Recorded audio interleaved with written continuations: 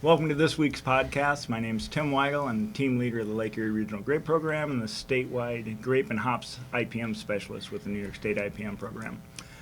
With me today is Andy Musa, who is the pest management component in Erie County, Pennsylvania. You do viticulture production, but Andy is in Erie County, PA, and is part of the Lake Erie Regional Grape Program as well. And today we thought we would just start a series of some of the pest management practices that you should be thinking about or accomplishing during different times of the year.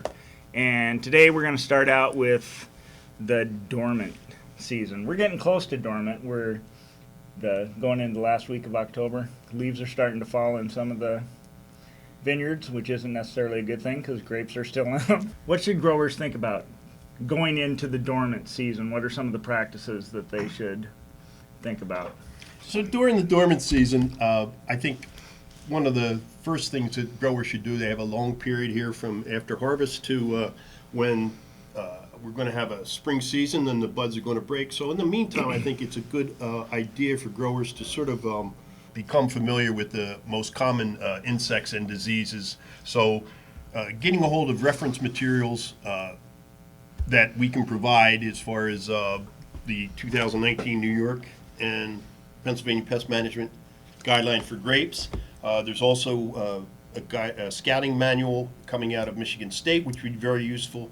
And just sort of going over what insects and diseases are going to be prevalent during the season and getting to know their life cycles and probably different ways to manage those insects and diseases. So I would say that there's a few common insects and diseases that growers should really become familiar with. So as far as insects would go, I would say grape flea beetle, I would say grape berry moth, there's grape leafhopper, potato leafhopper, and there's also Japanese beetle during the season. Depending on wine grape growers would have to know something about phylloxera.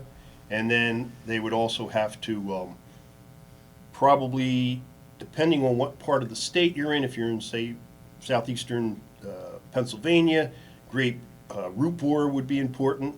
Up here in the Lake Erie region and around different areas in New York, grape root worm would be one of the pests. Rose chafer? Rose chafer would be one, again, depending on what area you are, the state. As far as diseases go, and any of these, Tim, that I miss, you could fill in. Spotted lanternfly? Spotted lanternfly, yes. For the southeast.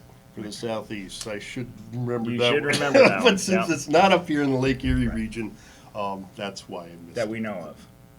That we know of. As far as diseases go, probably the diseases that we should most worry about would be Eutypa dieback and Bacteriosphaeria. They're the canker-causing organisms. Then we'd probably have to worry about Phomopsis cane and leaf spot, and that also causes can cause a fruit rot. And then you have powdery mildew, downy mildew, and black rot. And then I know that there's been more research that's been going on with leaf roll virus, so you should also be familiar with that. Different rot complexes. The bunch rot complexes, botrytis would be a big one for the wine grape growers, especially those that have tight clustered varieties. Also sour rot.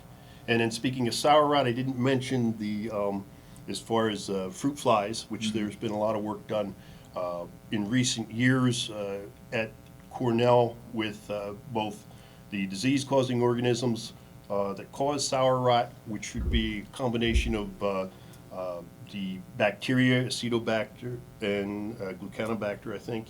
And then there'd also be yeast involved in that, and of course from the insect end, it would be Drosophila, fruit flies. Yeah, and this Drosophila just moves the rot Yes. complex around.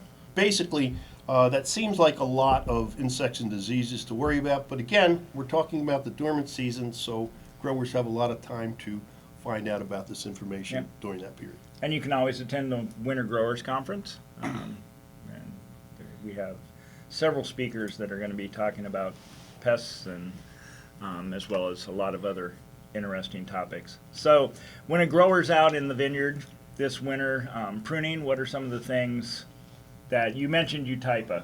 So, you know, you don't really, there's some things like Eutypa that you don't want to leave to a pruning crew and expect them to take care of. What are some of the steps that you think should be done to ensure that you're renewing your trunks and making it so those trunks don't become infected or Again, reinfected? that would be one of the, as you're out in the vineyard during the dormant season. As we talk about later in the podcasts, when we get to different phenological stages, I'll mention as far as flagging the vines that have Eutypa, but let's presume that you've already flagged those, okay, last season, and you didn't cut them out then. So now you're going in to prune. So you go back to those areas that you identified or that had Eutypa, and what you would do is you would cut those areas out, and probably the recommendation is maybe 6 to 8 inches below that cankered area. So as you're cutting, usually you'll see if it's Eutypa, sort of a pie-shaped brown area as you cut either the trunk or the cane.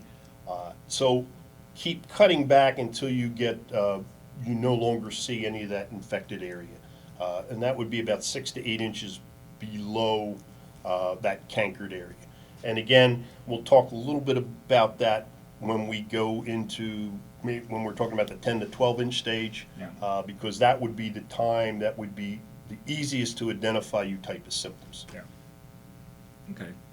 And just want to, grape berry moth, we've been talking about it since 1989, but the dormant season is a time to, if you haven't assigned a risk category using the grape berry moth risk assessment protocol, look at your different vineyard blocks, assign risk category for grape berry moth, and this is a good time to reflect back and think about your different blocks. And just because you assigned a risk category to a block years ago, it may not stay the same. You may go from low to high risk, or you think you have a problem, so you should take it from low risk to intermediate risk. And then there's others where maybe you've removed a tree line or something has happened, so that high risk has actually gone down to a low risk. So need to go in, just re-examine that. And I think the other thing would be if you're not using NUA, you say there's not a station close enough to you, you can purchase a station, get it onto NUA, and this would be a great time. The dormant season is a great time to get that set up. You'd want to get it set up before April 1st, because then that's a key for when you start collecting growing degree days for the year, and you can then get the kind of hiccups and the bumps of the road out of the way, so you know that it's going to be ready to provide your weather information and the pest model information during the growing season. You mentioned about it would be a good time to reflect back on maybe doing the risk assessments for berry moth, but it'd also be a good time to look at your spray records from the previous season, and start planning your program for the upcoming year. Right. So go back, look at your spray records, and then from hopefully your scouting records from the previous year too, you can look back and say, okay, I've used this product or this product, and then this is the type of control, or maybe you didn't get any control. And so start really fine-tuning your spray programs for the specific pest in the specific blocks that you had the problem. Yeah. And you can, in addition to the scouting records and the spray records, you can go into NUA, and NUA maintains the historical, not only weather data, but the disease and insect model data. And so you can go back and match up your spray records to the infection periods for the different diseases. So, I mean, that's an excellent point, because we have been seeing where people are saying, oh, this fungicide is slipping, or that fungicide is not giving me what I need. And we've been able to go back and look, and in some cases there have been some slippage. We've maybe used that material and relied on it too much. We're not seeing where we're rotating enough, but there have been other times where you go back and look and go, well, you know, you sprayed this date and you had 5 heavy infection periods during that time, and instead of shortening up your spray interval, they extended it for one reason or another. Maybe they got rain and weren't able to go in at that 14-day. So, yep, that's, I think, Pretty for much during the dormant season. the dormant So season. That should keep you busy until. I think growers have a lot of work to do Yeah. during the dormant season. Yeah. So, okay, if you have any questions or you have suggestions for future podcasts, please leave it in the comment section below.